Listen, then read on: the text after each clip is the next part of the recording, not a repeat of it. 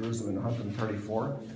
And the part of this is here. I don't know enough about that theme. That's a very interesting theme because the Hadrian built a monument in 3 places at the Temple Mount, which the Romans totally destroyed in the second Jewish revolt, or the second one, it was a major Jewish revolt in 134. And he built a monument at the Temple Mount to Venus, or Jupiter, Zeus, which is Jupiter in that. And then to Venus here and Bethlehem. So you ask the question, why did he do that? The Jews had nothing here at home.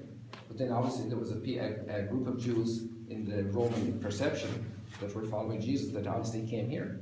And the best way to transform these places was to turn them into a pagan place so that people now had a new meaning. But in a certain sense, he marked the place for us. So when the persecutions were over, there was another clue towards finding the place of Calvary.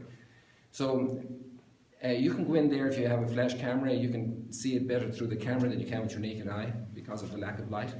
You don't all have to go in if you want to. You can. If you want to go into a tomb, there are little niches where they would put the remains.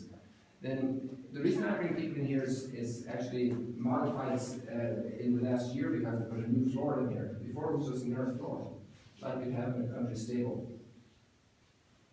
Just a bit of a shed around it. And you look at this place and you have been in nice churches in the States, and maybe some of you were in Rome, you saw something very major, and you say, well, this is the Holy Sepulcher. Why is it like this? And it's like this because of divisions between Christians, because there's a tension over this place. And there's a division between the Syrian and the Orthodox. There's a dispute who's in charge here. And so this was burned down something 100 years ago, and it's still like this. You can see the size of the painting, it's beautiful painting. So I want you to take that pain and sorrow and that ugliness of the human division in your heart with you now and say, what a pity. And I want you to walk, and you look at the floor of the Holy Sepulcher and you see the mess it's in. And actually the major dome was in danger of falling in. And it just took a maximum diplomatic effort of Monsignor Peter Zambi, who was a papal nuncio, to get the churches to agree, and that's why it's minimally decorated, because they couldn't agree on more, but at least just to save the structure.